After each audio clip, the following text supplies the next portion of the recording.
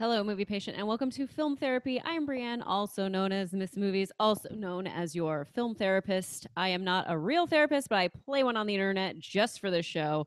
And as with every session of film therapy, I have a guest patient. And my guest patient today is Cate Imperio, also known as the anal artist. Welcome to my home. Please do not trip on the I cords. almost tripped on everything and ruined the whole show. Hello. Hello. Oh Thank you my for goodness. having me. I'm Thank very you for being here. excited. I'm excited as well. I know you from hosting class. We take hosting Yes. class together or have taken hosting class in the past. I know a little bit about you. I know that you are from Santa Barbara, so it was a far drive here. And I know that you're an artist. And what else can you tell us about yourself? What else can I tell Yes. about myself? Well, you definitely nailed a lot of things down. Hmm. I'm an artist. I like comedy as well. I have a few web series of my own Oh, that I've evolved nice. before and after the class, so that's pretty fun. I just got back from a live streaming road trip, which was pretty cool. Seeing some national parks. I've never Hmm. seen that. I'm from New York, so I have no idea what like parks are like, and Aside from Central. mountains, like exactly. So that is kind of mind blowing to me. Hmm. Something else that I find interesting about you that I'm sure the audience will want to know, why are you called the anal artist? Oh yes, why am I called the anal Yes. artist? I'm just like so past that. I forget that that's a thing. Yes. So I am the anal artist because I'm anal about art and I'm very anal about my opinion. And I also literally draw with my asshole. It is anal art, and I've been sort of pioneering it now for a couple years, and it's definitely a challenge Hmm. in a lot of aspects, but I'm pretty sure that's why I do everything that I do my entire life is I apparently have to find like the hardest way to do something, and Right. then that has no tools available to me and nothing's made for it, and I've got to sort of like jimmy rig like contraptions to make it happen. So Do you ever do like, you must do videos of you like actually doing the art. yes. Where can you find those on your network? Yes, you can find videos of me doing my anal artwork on the analartist.life, which is my network. And I have a few different web series. One is Asked by an Asshole, where I interview artists of all kinds and, BDSM, makers of whips and other leather goods and services, to fine art painters and sculptors. It kind of goes the whole realm because I consider everyone an artist. Hmm. And then there's the anal artist, which just kind of has a lot of the creativity. Right now, I'm in the middle of doing pit art 101 and pube art 102. So that's Nice. been growing it out. It's bleached. Wow, you have to bleach it? That's Yes, in order insane. for the next step is the color. So I'm always sort Okay. of making a performance art piece of life. Oh, nice. I like that. Why not make a performance art piece out of life? Yeah, Um, the film therapy is in some ways a performance art piece out of life, if you it will. definitely is. So if you've never joined us for film therapy, here's how it works. I'm going to ask Kate three questions about film. They're the same three questions each time until I decide to change it. What is a film that inspires you? What is a film or a scene from a film that triggers a memory for you? Perhaps it's painful, maybe it's happy. And what is a film that helps you through difficult times? So I started this show because I suffer from depression, as pretty much everyone in the United States does. And I find that movies kind of help me cope with depression. So I felt maybe we should talk about that and say how movies help us. So there you go. In a nutshell, In that's a how it nutshell, I works. love it. It's beautiful. All right. So let's get into our first question. Number So, Kate, one. what is a film that inspires you? Okay, a film that inspires me is the Rocky Horror Picture Show. Awesome. It Yes. inspires me in so many ways. I was thinking about it a little bit on the drive over. Seeing it blah blah, I can't even speak. Seeing it at a very young age, it kind of opened my eyes to like my parents had it, my dad had it, and I was like, wow, like my dad likes this, like this is acceptable, like this is okay, like the content wise, Uh like huh. it kind of blew my mind in that regard, especially since it brought so many people together, like my dad's tastes, like friends, like they're all different, but a lot of people Hmm. like are drawn to that movie. It definitely sparked audience participation in all of the reenactments and like different scripts. And also too, like Richard O'Brien, like he wrote the whole freaking thing, the music, the words, the script, and then acted in it, and it kind of gave me like I could do something like that. Like I could wear Mhm. 80 hats and like it'd be all Right. right. When did you see it the first time? The first time I saw it, I can't really pinpoint an age. My childhood's kind of a blur, but I probably was around, I don't know, maybe like 10, 11. I remember seeing little like lip cassette Mhm. tapes and stuff like all Okay. over the house. Like there were multiple ones, and it was just like the cassettes, Lips like are the all around. soundtrack. So That's what drew me to the movie the first time, probably around middle school age, middle school, early high school was the lips because it's just like, what is this movie? I exactly. see this on this VHS cover of just lips, and I'm like, huh, I'm kind of intrigued by It's this. iconic and eye catching. It certainly is definitely eye catching. And one thing that I was thinking of as you were speaking is there was a like live version that came out maybe last year on Fox. Did you happen to catch that, or were you anti that? I want to know if you have any thoughts on it. Funny you should say that. I You're like, I was in it. no, I had a role. I completely had forgotten that that even occurred, until right now. Hmm. I mean, I am sort of against, the reenactment of, the rebooting of films and such Hmm. because they just think, "Okay, we'll get, like, a lot of people to pay money, like, to go see it or, ad revenue from commercials, so let's just Hmm. redo it." Like, Yeah. it's perfect the way it is, but let's make a second version or, like, let's redo it. So I kind of was like meh about it. I didn't watch the whole thing. I did see the first scene of the movie, which I thought was done pretty well in the movie theater, Hmm. the double feature. So that was all right. But I mean, I can't imagine it doing it Yeah. justice. And Right. like, I think the whole Laverne Cox thing, like, I'm all for whatever gender people are and stuff like that. But I thought that was interesting, like, to have like an actual transgender as a character that's playing Hmm. a transvestite. I think that's Yeah. kind of confusing. Hmm. I didn't even know that. So thank you for enlightening The me. Tim Curry's Yeah. character Tim was kind Curry. of just, you know, interesting. I liked his character, and I liked him, like, he looked really good in a dress, and I was like, "How is it?" I'm a Totally. little jealous. He looked gorgeous in a corset. Like, every time I put one on, I'm like, "I don't even look like that." It's like, "Oh, man," like I find that have you ever been to a midnight showing of the Rocky Horror Picture Show and brought, like, gear and stuff? How does that work? I Have you actually have experienced not that? been to a midnight show, and I've been meaning to, and they do it a lot at the Ventura Theater, Mhm. in Ventura, California, but I've always had to work or had shows, like, during the night of, but I did go to a Broadway show of it in New Okay. York, like, they brought it to Broadway, and I had, like, like, the hot dog buns, the confetti, and just, like, all the stuff and throwing it, but I knew that it wasn't the same, as the Right. movie. Exactly. Now, I wonder, I think it's interesting, and I was thinking of this as we were talking about the remake that was live on Fox. I was thinking about, in high school, we perform musicals that have been done before. Why don't we do original stuff? Why don't we make up our own stuff?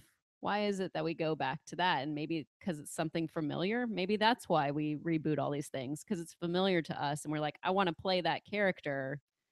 I don't know.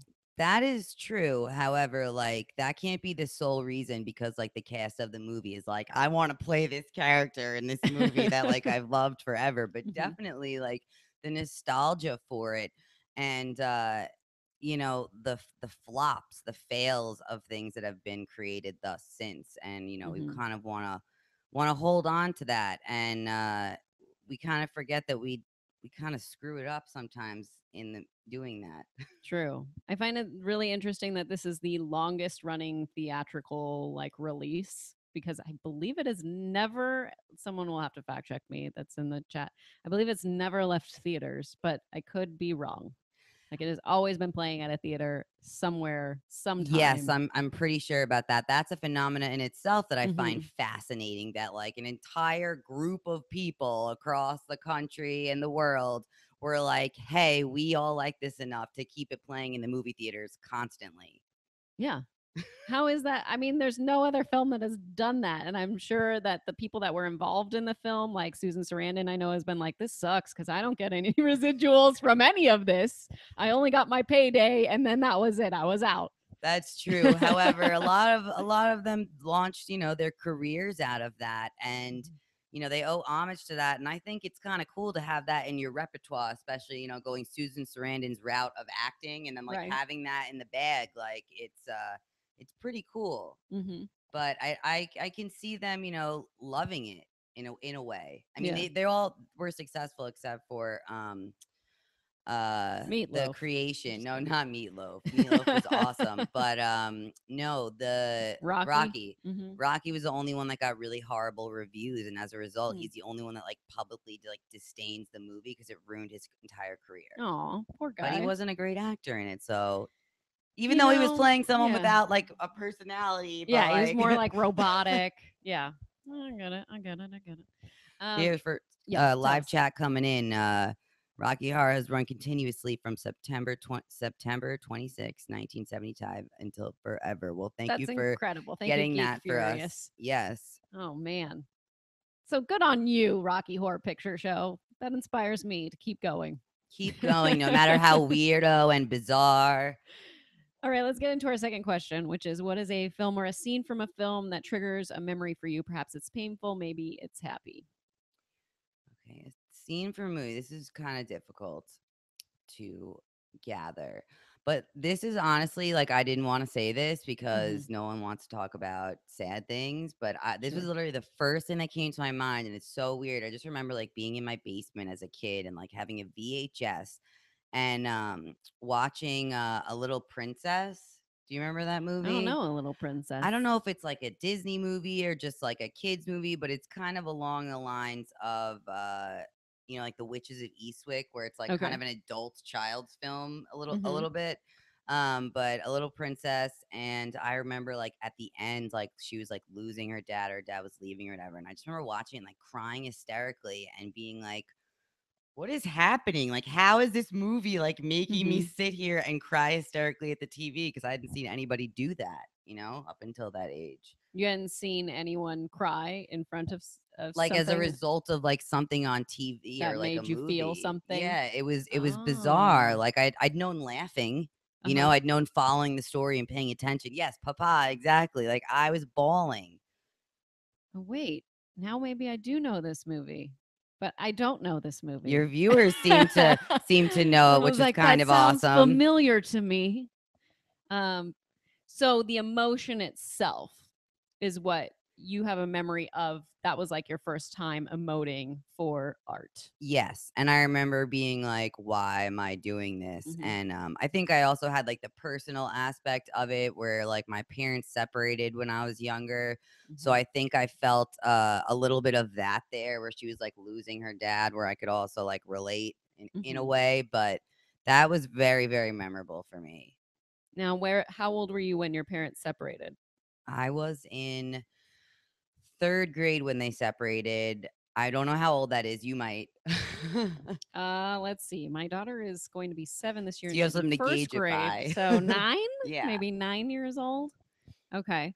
And you had seen this after that or during that, you said?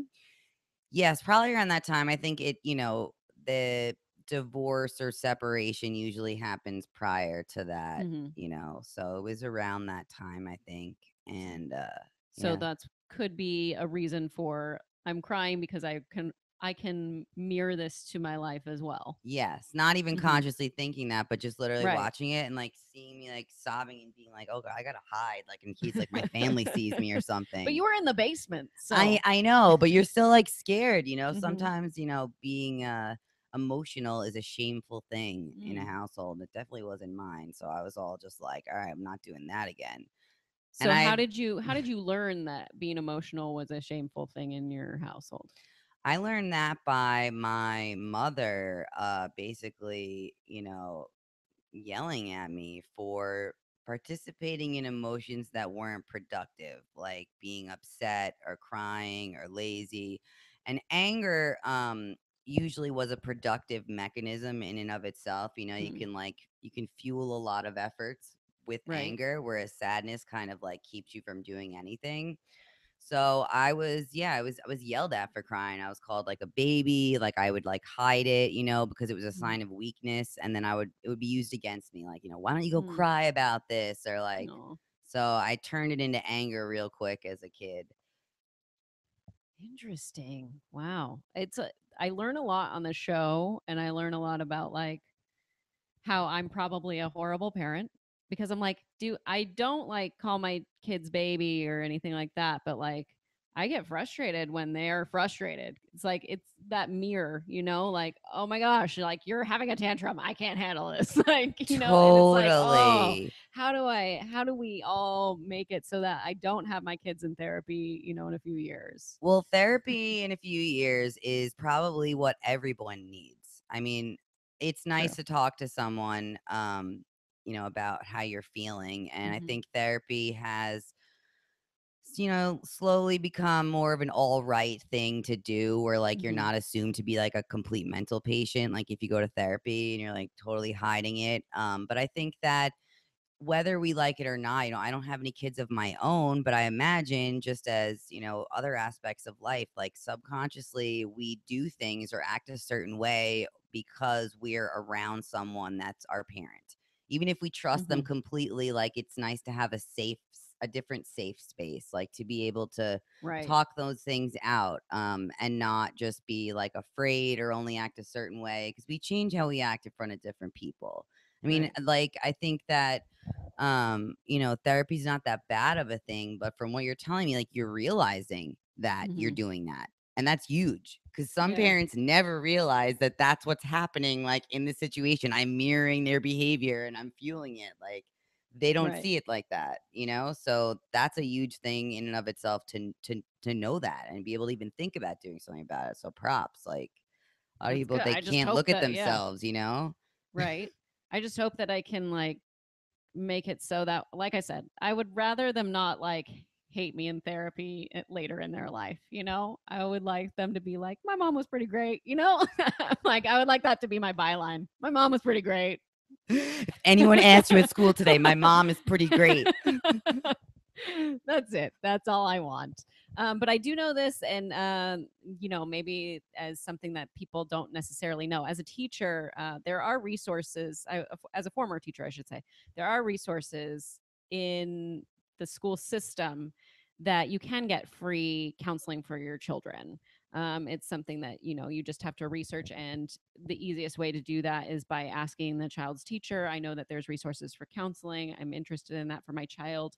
Let me know any information that you can send forward on that. So Definitely, definitely. But once again, I think a lot of times it's the parents that don't want any attention to be brought to their own behavior and will prevent always, that from even yes, happening, which is very unfortunate. because they think it Y- says something about them, and I Yes. I definitely understand that for sure. I had a little boy in class who like had some difficulty with his penmanship, and I wanted to get him somewhat like a fine motor therapist that would come into the classroom to like work with him to get his penmanship to like really be more legible, because you can tell like he just had issue with fine motor Mhm. skill.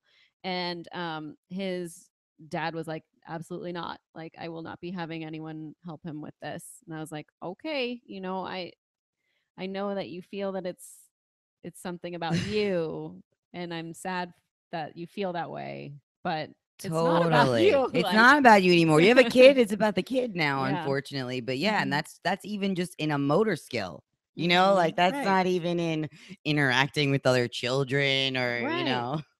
Oh my gosh, that little boy was like the cutest little boy Oh. too. He came in because this is when I taught first grade, and he came in on Halloween, and he was like, My name was Miss Crowley back then. He's like, Miss Crowley, it's me, it's Tristan." Like, because he was as Batman. I was like, okay, Oh my gosh, that's and amazing. that's not his real name. So, in case anyone's wondering, Uh, but anyways, so that's my little story about That him. is so cool. Let's get into our final question, which is what is a film that helps you through difficult times? A film that helps me through difficult times. Hmm. I do have to admit that it is very hard for me. Like, you miss movies. Like, I like can't sit through movies. Like, I'm Okay, okay. ADD, like, and there's 80 things going on around the house, and like the Mhm. movie's over. So, and now like with like, Hulu, Netflix, it's just like TV shows constantly. But I think that comedies often help very much with those hard times for me as a Mhm. distraction. Like I love Anchorman.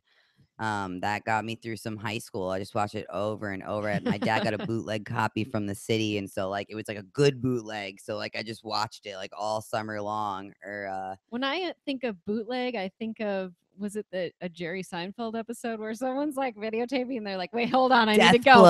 Can Blow. you like take this for me?" And then it's like he gets into this ring of like videotaping during a movie. Oh my gosh, totally and completely. I was just listening to Jerry on Howard Stern Oh show, yeah. on my way down here, and I think I saw that episode like a few days ago, and totally like where he's like in the corner, like with a video camera, and now it's like, the internet, we just find everything. But yeah, that was a different time, I guess. Nobody's selling Yes. bootlegs on the street anymore that much. That's true. I remember like recording things off of television, which was also illegal, you know? It's like, okay, I'm going to record this and then I need to stop it for the commercials because I didn't want commercials when I rewatched it. So, I had to Yes. stay there and be The like, art stop. of the cassette and the VHS tape and recording is pretty mind blowing. And I always just see like that FBI warning at the beginning, and I'd be like, Mhm. "Is this real? Like, is anybody following this or following up on this? Like, is this just to scare people?" Oh, I don't know. Napster kind of proved that maybe it was a little bit real, but Yes, that was the first time I ever was like, oh no. yes, Napster really changed the game in a Hmm. lot of areas. I'm definitely showing my age today. So Anchorman is a good one that helped you through high school Yeah, and I love Sleeper. It's just so simple, with like Woody well, Allen. yeah, it's Hmm. just so like silly and ridiculous like that. I don't know, it kind of slows me down. I also like a lot of the Ed Wood movies because they're just so Mm. ridiculous. I've never Like, seen them, but oh, they're what? they're Something from outer space, something Plan nine, 9 plant from Outer Space, nine from outer Glenn or space. Glenda, and him and John Waters are like really high on my list Mhm. of movies I like and people that like I aspire and take things from. In that, they used to literally like be like, okay, I got this scene for a movie, it's like in front of a store, like Glenn or Glenda, he'd like run up to the store, like set up real quick, like get the shot and then just like Yeah, bail, like because it John didn't have Waters. any sort of permit, so it's Exactly. like, John let's Waters would do have like this. 40 people like running onto like a trailer park in a field and like film something and get back in the car and like run off while someone's shooting at them. And I'm like, that's amazing. Like, you're riling all these people up to do this amazing art form and just like, going for it. So I think that kind of, when I'm feeling down, like those sort of things, they give me hope that like, Mhm.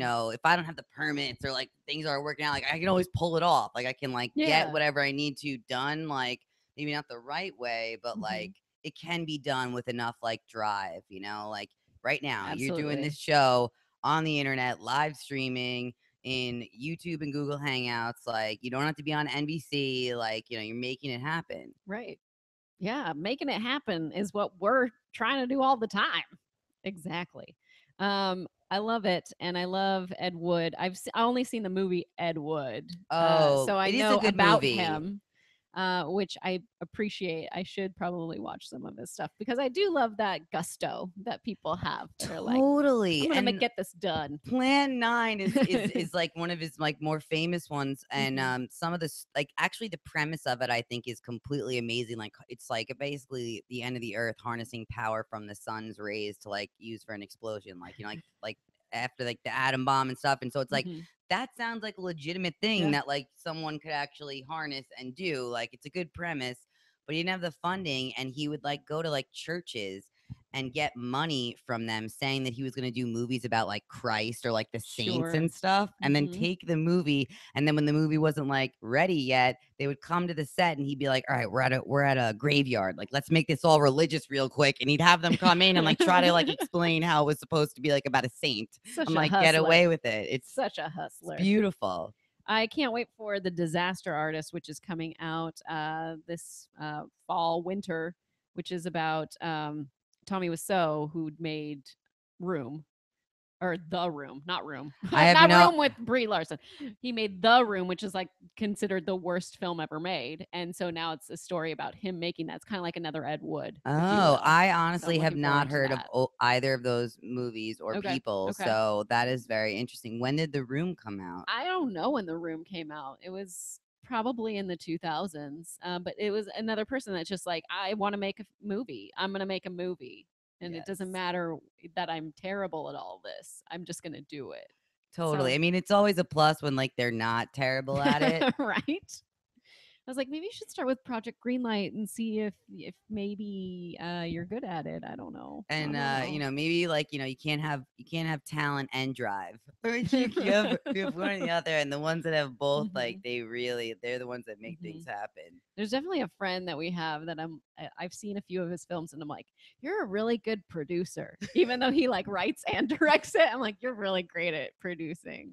There's also, yeah, so many titles nowadays that and, like, in terms of roles that Mhm. we can kinda take all of them now that we know, like, what they are a little Right. bit or that it's just, like, nothing. Yeah. Like, I've directed things and then, like, ran in and, like, been in the scene and, like, like, anything is possible, and I think a lot of the lines are blurred, like you're saying, like, Yeah. "You rate production," and he's, like, writing, directing, like, like, you don't even know what to say, like I'm like, you get some pretty actually big stars in your film, but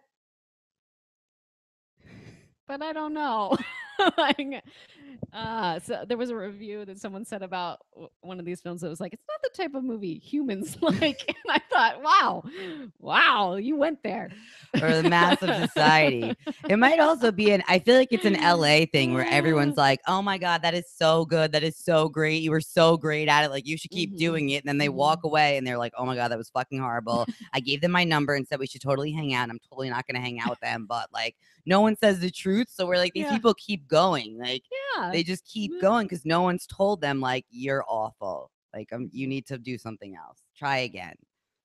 Try again. That's what I keep doing every week on this show. Trying again. It's the reset button. Thank you so much, Kate, for joining me today on Thank this you for having session. me, Brienne. Where Super can fun. everyone find you? You can find me, the world, other humans, at theanalartist.life, and that will have links to all of my social networks, which handles are at the anal artist. Awesome. I love it. You guys can find me all day, every day on Twitter at Miss Movies. Today, which is Thursday, the 28th of September, I'll be on Movie Fights. It's an all 80s version of Movie Fights, and that's at 4 p.m. on Screen Junkies YouTube. So check that out. Hooray. I'm the Yeah. sacrificial lamb to the two veterans that I'm going to be going against. So we'll see. We'll Aw. see. It'll be okay, though. All right. Thank you all for joining us. We'll see you next time. Bye. Bye. Bye. Bye. Bye. Bye. Bye. Bye.